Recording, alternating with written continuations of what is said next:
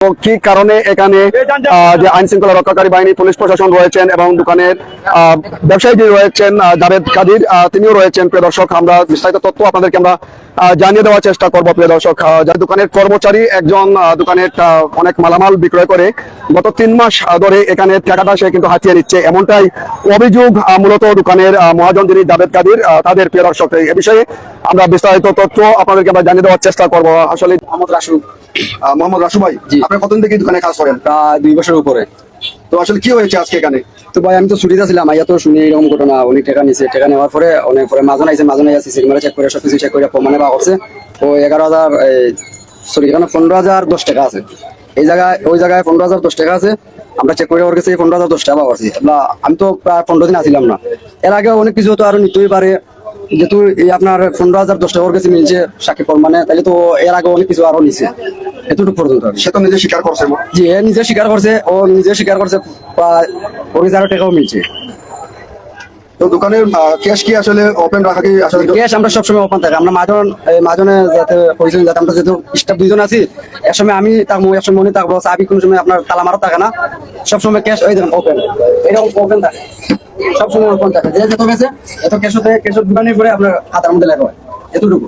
দোকানে কি হয়েছিল আসলে যদি একটু বলতেন? জি নাই, আমাদের ওই একটা স্টাফ তো ও অনেক দিন থেকে রোজা থেকে মানে আমরা ঠিক মতো দোকানে সময় দিতে পারতেছি না। আমার মা অসুস্থ, এখনো আমার আম্মা সিলেটের একটা প্রাইভেট হাসপাতালে ভর্তি, ওই জন্য আমার ভাই আমি দোকানে সময় দিতে পারছি। এর সুযোগে আমরা দোকানের স্টাফ মানে প্রতিদিন আমাদের কয়েক লক্ষ টাকা মারিয়া নিচ্ছে। আজকে ধরা পড়ছে, টাকা সবকিছু স্বীকার করছে। এই স্বীকার করার পরেও তারা এখন যেটা আইনি ব্যবস্থা আছে। কতদিন থেকে আসলে এভাবে তাকে রাখছেন আপনারা? প্রায় 3 মাস রোজা থেকে। দোকানের ক্যাশ তো তালাবদ্ধ থাকবে, সেটা কি ওপেন থাকবে না? সব সময় ওপেন। ক্যাশ তো তালাবদ্ধ থাকলে এই যে সাকিনার টাকা পয়সা কই রাখে, ও তো ব্যস্ত, সেও রাখতে টাকা রাখতো। সেটি 5 জোড়া বেচলে 1 জোড়ার হিসাব রাখতো, 4 জোড়ার টাকা পকেট হয়। এই রকম অবস্থা হয়েছে। দোকানে যদি 20 জোড়া বেচে 5 জোড়া রাখতো, 15 জোড়ার টাকা ঢুকাই। আমরা তো সন্দেহ আইসে, মানে আমরা দোকান খালি হয়ে গেছে, লক্ষ লক্ষ টাকা মানে মারিয়া নিছে। তো আমরা এখন পুলিশ খবর দিছি, আশপাশের যে ব্যবসায়ী তারারে জানাইছি, ব্যবসা কমিটিও জানছেন, সবগুলো জানছেন, তারা আইনি ব্যবস্থা।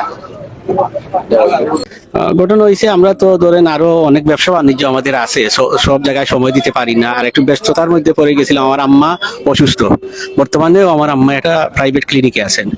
তো এই ধারাবাহিকতায় ও দোকান চালাইতো। আমার ম্যানেজারও আছে, ম্যানেজার একটু অসুস্থ, ও ছিল কয়েকদিন। তখন ওই সুযোগে ও সকালে এসে দোকান খুলতো, রাত্রে বন্ধ করতো। আমি যতক্ষণ পারতাম হয়তো 10 মিনিটের জন্য আসতাম। তখন আমার সন্দেহ হয় যে আমাদের দোকান তো ব্যবসা করতেছি, কখনো খালি হয় নাই। তার দেখা যায় খালি, নিশ্চয় খালি, ওইদিকে সব দিকে আমাদের দোকানে ভরা থাকতো, যে জুতার এই পিছন দিকে ভরা থাকতো। এই খালি দেখি আমার সন্দেহ লাগলো। তারপরে একটু আমি তদারকি করি। একদিন তদারকি করে দেখি, আমি আমার কেস থেকে সিসিটিভি ক্যামেরা ফুটেজ চেক করি। ওইগুলি দেখার পরে দেখি যে মানে ও ওইখান থেকে মানে টাকা সরাইয়া ফেলে সব সময়। তো একদিন দেখি যে আমি 1,080 টাকা নাই। আমি ওকে জিজ্ঞাসা করলাম, ও বলে কি হয়েছে বলতে পারতেছি না। আচ্ছা ঠিক আছে, আমি দেখতেছি।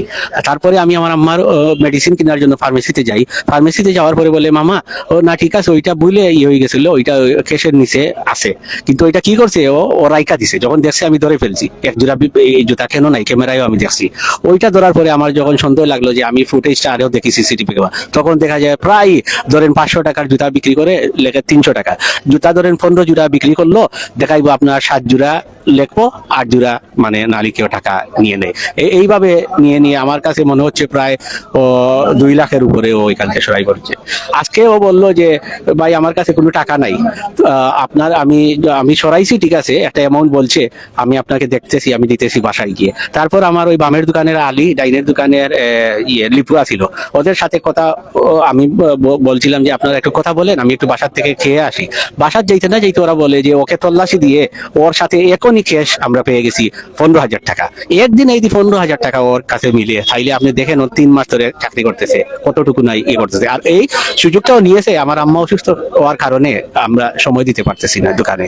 তো এখন আমরা চাইতেছি যে আপনার মাধ্যমে সুষ্ঠু একটা বিচার হওয়ার জন্য ওর, আর আইনের প্রতি আমরা শ্রদ্ধাশীল।